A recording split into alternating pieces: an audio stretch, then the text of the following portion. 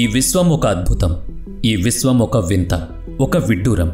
ఈ విశ్వంలో ఉండేవన్నీ అద్భుతాలే, ఆశ్చర్యాలే. అయితే విశ్వంలో ఒంటరిగా ఉండేది ఎవరో తెలుసా? మానవులు. నేచర్ అలాగే ఉంటుంది. కానీ మనిషి మాత్రం నెమ్మదిగా వయసు మీద పడి నేచర్లోనే కలిసిపోతాడు. అయితే ఏలియన్స్ కూడా ఉన్నాయి కదా అంటారా?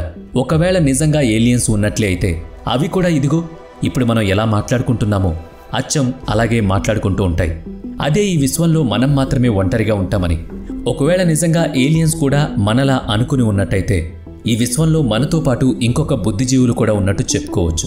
అయితే ఈ రెండిటి మధ్య ఏదైనా సమాచార వ్యవస్థ ఉంటుందంటారా? ఈ విషయాలు మీకు తెలుసుకోవాలనుందా? అయితే ఈ వీడియోని ఎక్కడ స్కిప్ చేయకుండా పూర్తిగా చూడండి. ఏలియన్స్కు ఏదైనా సమాచారం అందించాలి అనే కోణంలో నాసా ఎప్పటినుంచో పరిశోధనలు చేస్తోంది. 1977లో నాసా వోయేగర్ 1 స్పేస్ క్రాఫ్ట్ని లాంచ్ చేసింది. ఈ మిషన్ సోలార్ సిస్టమ్ను దాటుకుని సౌర వ్యవస్థకు దగ్గరకు వెళ్ళింది. సింపుల్గా చెప్పాలంటే ఇది ఒక ఇంటర్స్టెల్లర్ మిషన్. మనకు తెలిసిందే కదా, ఈ సోలార్ సిస్టంలో ఎన్నో అద్భుతాలున్నాయి. సోలార్ సిస్టమ్ అద్భుతంగా ఉంటుందని. ఈ సోలార్ సిస్టమ్ మధ్యలో కొంత ప్రాంతం ఉంటుంది, అదే ఇంటర్స్టెల్లర్ స్పేస్. అసలు ఈ సోలార్ సిస్టమ్కు మధ్యలో ఉండే ఈ స్పేస్ ఎక్కడికి వెళుతుంది? ఈ వీడియోని కంటిన్యూ చేయాలంటే మరి ఇప్పటి వరకు నాసా పయనీర్ 10, పయనీర్ 11, వోయేగర్ 1, వోయేజర్ 2 అలాగే న్యూ హారిజన్స్ వంటి 5 ఇంటర్స్టెల్లర్ స్పేస్ క్రాఫ్ట్లను తయారు చేసింది. ఈ 5 2 మాత్రమే ఇంటర్స్టెల్లర్ దగ్గర వరకు వెళ్ళగలిగాయి. సోలార్ సిస్టమ్ను దాటి ముందుకు వెళ్లాలంటే చాలా లాంగ్ టైం పడుతుంది.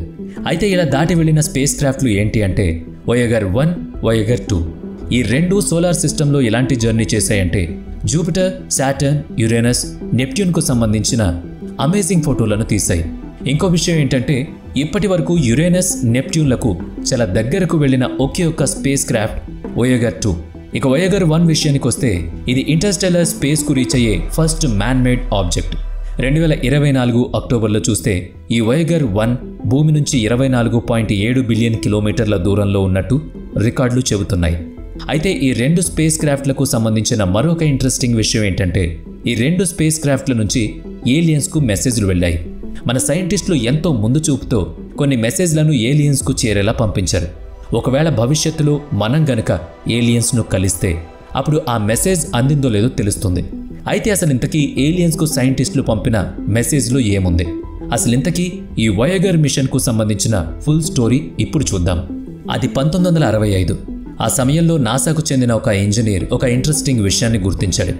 అదేంటంటే సోలార్ సిస్టమ్ చివర్లో ఉండే జూపిటర్, సాటర్న్, యురేనస్, నెప్ట్యూన్లు ఒక అరుదైన విచిత్రమైన జియోమెట్రిక్ అరేంజ్మెంట్లోకి వచ్చాయని చెప్పారు. ఈ అరుదైన విచిత్రమైన అరేంజ్మెంట్ అనేది 175 ఏళ్లకు ఒకసారి జరుగుతుందని సైంటిస్టులు చెప్పారు. ఈ టైంలో అక్కడకు ఎటువంటి స్పేస్ క్రాఫ్ట్ వెళ్ళినా స్లో అవుతుంది, అలాగే ఎక్కువ ఫ్యూయల్ కూడా ఖర్చు అవుతుంది. దాన్నే సైంటిస్టులు గ్రావిటీ అసిస్ట్ అని పిలుస్తారు. అందుకే వీటన్నిటి గురించి ఇంకా క్లియర్గా తెలుసుకునేందుకు వోయేజర్ 1, వోయేజర్ 2 మిషన్లను సైంటిస్టులు స్పేస్లోకి పంపారు. వోయేజర్ 1, వోయేజర్ 2 ఈ 2 స్పేస్ క్రాఫ్ట్లు మనకు చాలా విలువైనవి. ఏదో 4 ఏళ్లు మాత్రమే అసలు సోలార్ సిస్టంలో ఏం జరుగుతుందో తెలుసుకునేందుకు ఈ క్రాఫ్ట్లను సైంటిస్టులు గతంలో పంపారు. కానీ గత 5 దశాబ్దాలుగా తిరుగులేని శక్తితో అవి పనిచేయడంతో ఇంజనీర్లు ఆశ్చర్యపోతున్నారు. ఈ క్రాఫ్ట్లతో ఇంకా కొన్నేళ్ల పాటు పని చేయించుకునేందుకు ఇక్కడి నుంచే రకరకాల ప్రయత్నాలు చేస్తున్నారు. ఎందుకంటే ఇప్పుడు హై టెక్నాలజీ ఉన్న మరో స్పేస్ క్రాఫ్ట్ను అక్కడకు పంపలేం.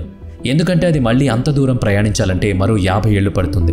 అందుకే రకరకాల పద్ధతుల్లో నాసా ఇంజనీర్లు ఈ వోయేజర్ క్రాఫ్ట్లతో కనెక్ట్ అవుతున్నారు, పని చేయించుకుంటున్నారు. ఇక్కడ ఇంకొక ఇంట్రెస్టింగ్ విషయం ఏంటంటే వోయేజర్ 1 కంటే ముందు వోయేజర్ 2 లాంచ్ అయింది.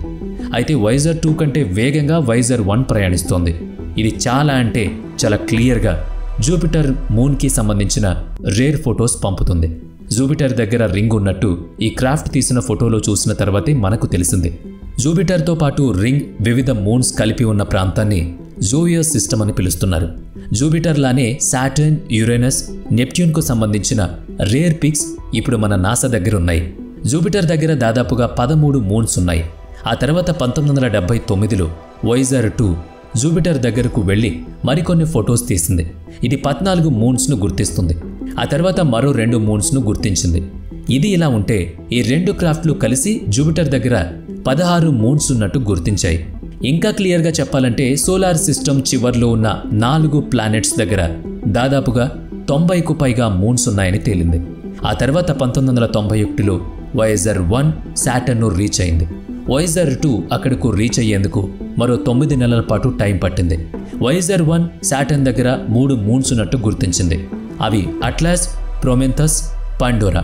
ఈ పండోరా పేరే మనకు అవతార్ సినిమాలో హీరో ఏలియన్ పేరుగా మనం వింటాం.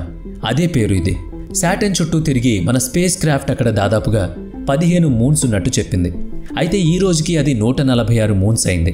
వీటన్నిటికీ సంబంధించిన ఫోటోలను వాయేజర్ 1 నాసాకు పంపింది. ఈ శాటర్న్ దగ్గరే ఈ 2 క్రాఫ్ట్ల ప్రయాణం విడిపోతుంది. వాయేజర్ 2 యురేనస్, నెప్ట్యూన్ దగ్గరకు రీచ్ అయ్యేందుకు తన జర్నీని మొదలు పెడుతుంది. ఆ తర్వాత ఆ ప్లానెట్స్ దగ్గరకు ఈ వాయేజర్ 2 చేరుకుని విజయం సాధించడంతో ఇది మొట్టమొదటి మ్యాన్ మేడ్ ఆబ్జెక్ట్ అవుతుంది.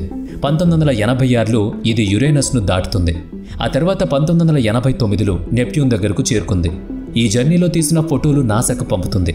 వాయేజర్ 1 ఎక్లిప్ట్ ప్లేన్ నుంచి బయటకు వెళ్తుంది. ఎక్లిప్ట్ ప్లేన్ అంటే మీకెవ్వరికీ తెలీదు. ఇదొక ఇమాజినరీ ప్లేన్. మన సోలార్ సిస్టంలో వివిధ రకాల ప్లానెట్స్ వివిధ రకాల టైంలో తిరుగుతూ ఉంటాయి. ఇవన్నీ కూడా 3 డైమెన్షన్స్లో వేలాడుతూ ఉంటాయి. అయితే వాయేజర్ 1 ఈ ప్లేన్ పై భాగం వరకు ప్రయాణించింది. వాయేజర్ 1 వేగంగా ఎలా తిరుగుతుందంటే అక్కడుండే గ్రావిటీ సిస్టమ్ను సపోర్ట్ చేసుకోవడం వల్ల. ఇప్పుడు ఇది అంతరిక్షంలో గంటకు 61,500 కిలోమీటర్ల వేగంతో దూసుకుపోతోంది.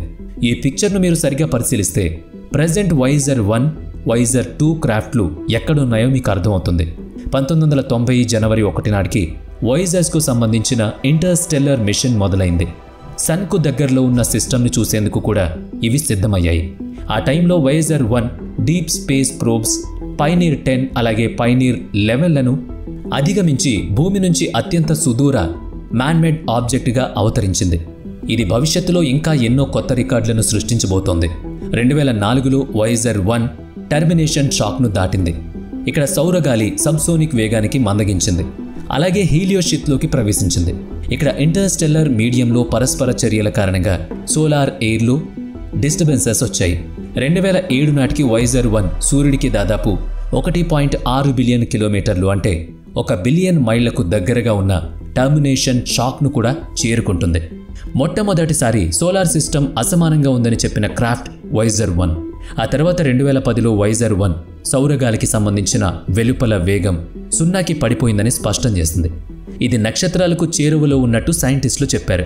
అలాగే 2012లో వాయేజర్ 1 ఇంటర్స్టెల్లర్ స్పేస్లోకి ప్రవేశించడానికి చాలా దగ్గరగా ఉందని చెప్పారు. 2013లో ఇది హీలియోపాజ్ను దాటి ఇంటర్స్టెల్లర్ స్పేస్లోకి ప్రవేశించిన మొట్టమొదటి క్రాఫ్ట్గా నాసా ప్రకటించింది. ఆ తర్వాత 2018లో వాయేజర్ 1 అలాగే వాయేజర్ 2లు సోలార్ సిస్టమ్కు సంబంధించిన వెలుపలి భాగాన్ని పర్యవేక్షిస్తున్నాయి. ఇక 2020 నాటికి సైన్స్ పరికరాలను ఆపరేట్ చేయగలదని అంచనా వేశారు. అయితే 2025 నాటికి వీటికి సైన్స్ ఇన్స్ట్రుమెంట్లను ఆపరేట్ చేసే శక్తి ఉండకపోవచ్చు. ఇక ఏలియన్స్కు పంపిన మెసేజ్ల విషయానికి వస్తే ఒక టేప్ రికార్డర్ రూపంలో మన సైంటిస్టులు ఈ స్పేస్ క్రాఫ్ట్ల ద్వారా ఏలియన్స్కు అర్థమయ్యేలా మెసేజ్ చేశారు.